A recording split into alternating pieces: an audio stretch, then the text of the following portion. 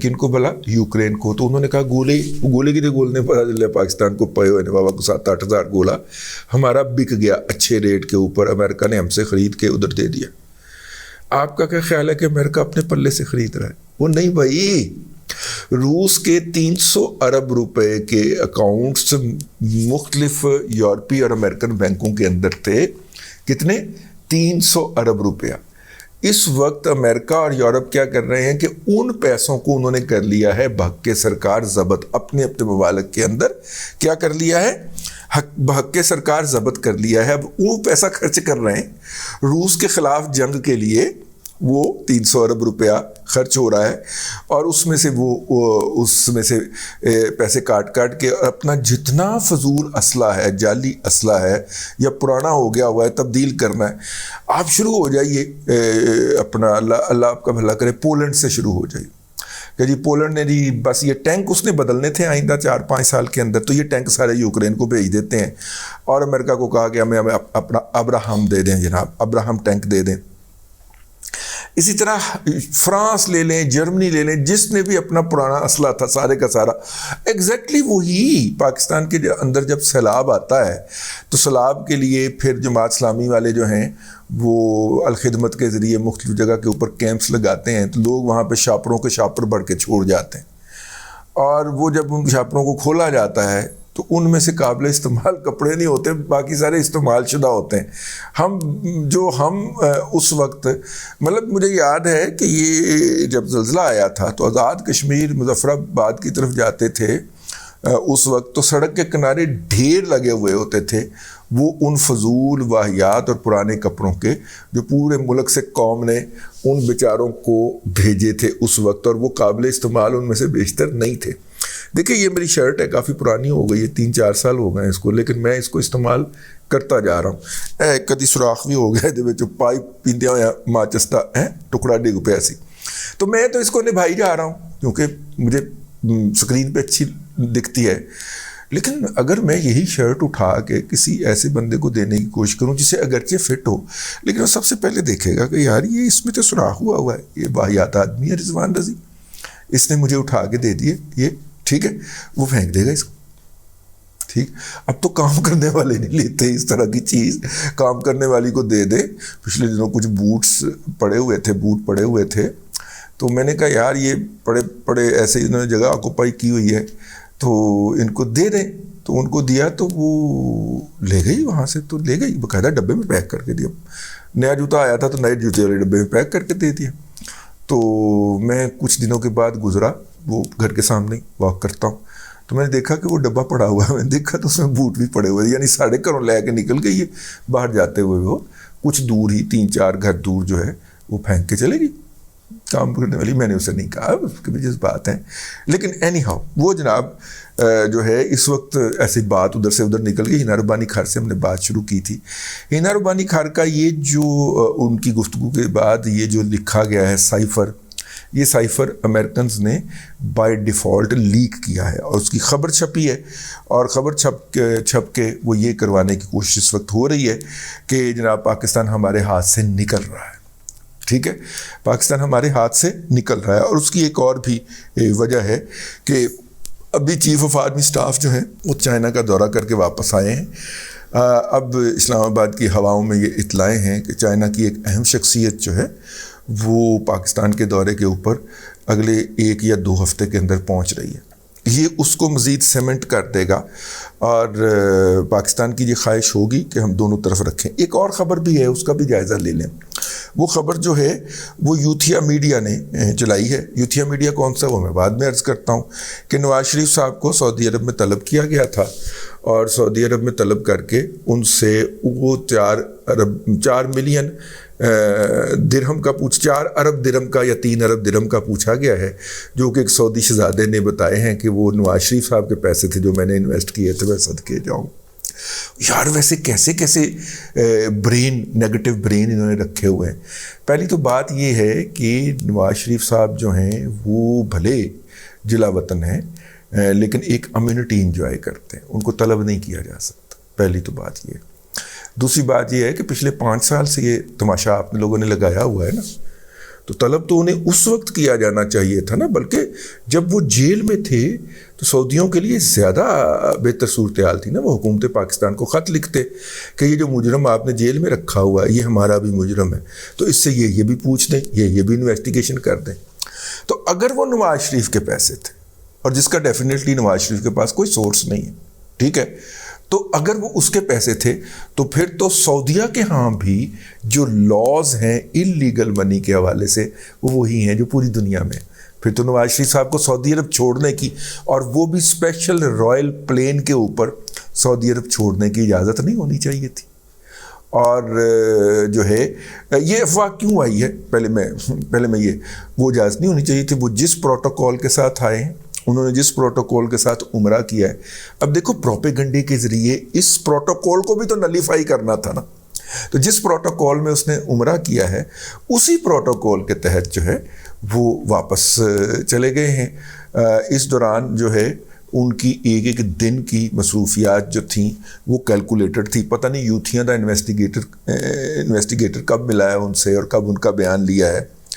نواز شریف صاحب کی اور مریم نواز کی شاہ سلمان سے، محمد بن سلمان سے ملاقات کی خبر جو ہے وہ PMLN نے ذرائع کے حوالے سے چلوائی، سعودیوں نے وہ خبر جاری نہیں کی، نہ ٹویٹر کے اوپر نہ اس کے اوپر۔ اس کی وجہ یہ ہے کہ سعودیز جو ہیں وہ اس الزام سے بچنا چاہتے ہیں کہ پاکستان کے اندر جو کوئی پولیٹیکل چینج ہے وہ اس کا حصہ ہے یا ان کی جو ہے اس کو سپورٹ حاصل ہے، اس لیے انہوں نے اس کی کوئی تصویر جاری نہیں کی، کوئی ویڈیو کا کلپ جاری نہیں کیا، کوئی اس حوالے سے جاری نہیں کیا۔ میں نے پتہ کیا تھا، لیکن جب PMLN کے میڈیا سیل نے یہ خبر بریک کروائی جیو سے تو انہوں نے اس کی تردید بھی نہیں کی، حالانکہ تردید کر دیا کرتے ہیں نا، پورا 2-3 دن تک اس پہ پٹواری دھمال ڈالتے رہے ہیں تو تردید تو جاری ہو جانی چاہیے تھی، نہیں ہوئی۔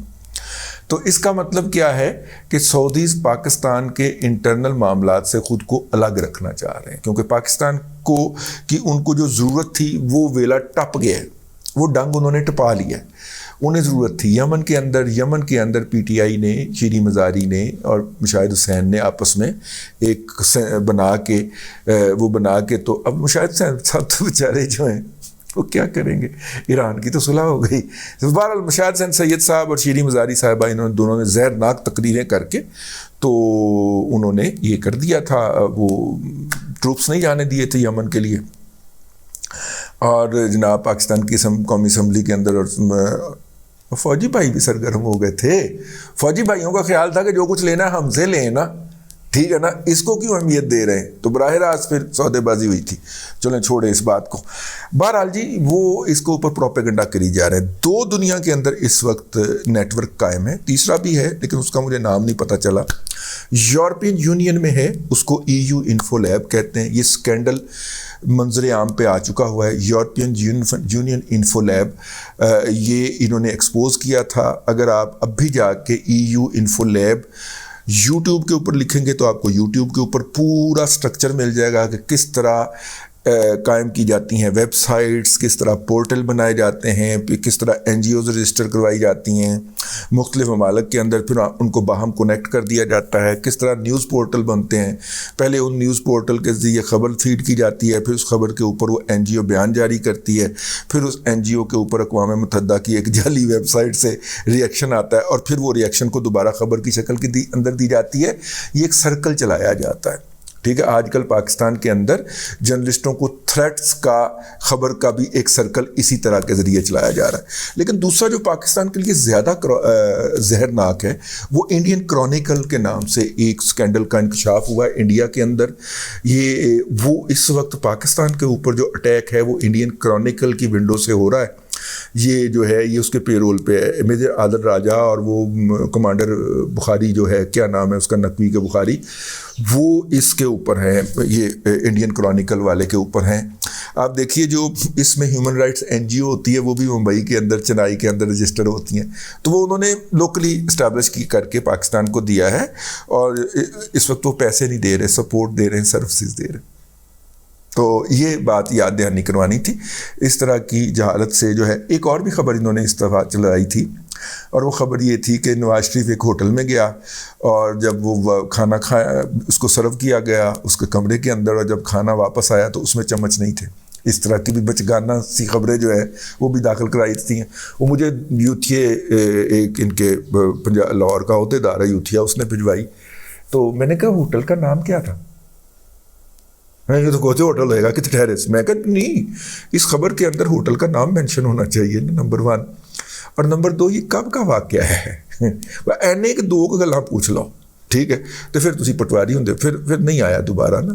وہ مجھے بھیجتے رہتے ہیں، میرا نمبر ان کے پاس موجود ہے. اس طرح کی چیز بھیجے تو پھر میں پوچھ لیتا ہوں کہ ہوٹل کا نام کیا تھا. ہوٹل کا نام نہیں ہوتا. اینی ہاؤ، چین کی شخصیت جی پاکستان کے دورے پہ آنے والی ہے، اور اس حوالے سے جو ہے وہ ویسٹ جو ہے وہ پاکستان کو اس بے بسی سے بیل آؤٹ نہیں کرنا چاہ رہا، اور وہ چاہ رہا ہے کہ پاکستان چین سے مکمل کنارہ اختیار کرے.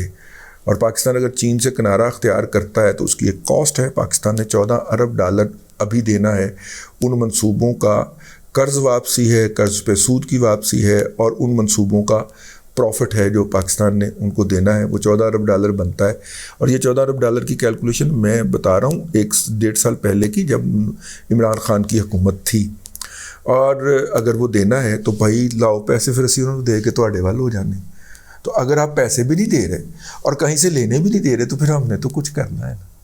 سمپل سی بات، ٹھیک ہے. یہ کہا ہے ہنا ربانی کھر نے، جس کو اس وقت انڈین یوتھیا میڈیا، یہ انڈین کرونیکلز والی پورا نیٹ ورک اور EU انفو لیب کے اندر بے نقاب ہونے والا پورا نیٹ ورک لے کے اڑا ہوا ہے. بس جی، اب تک کے لیے اتنا ہی. اگلے ولاگ کے اندر پھر حاضری ہوتی ہے. اللہ تبارک و تعالیٰ آپ کی آسانیاں عطا کرے آپ کو، اور آسانیاں خلق خدا میں تقسیم کرنے کی توفیق عطا کرے.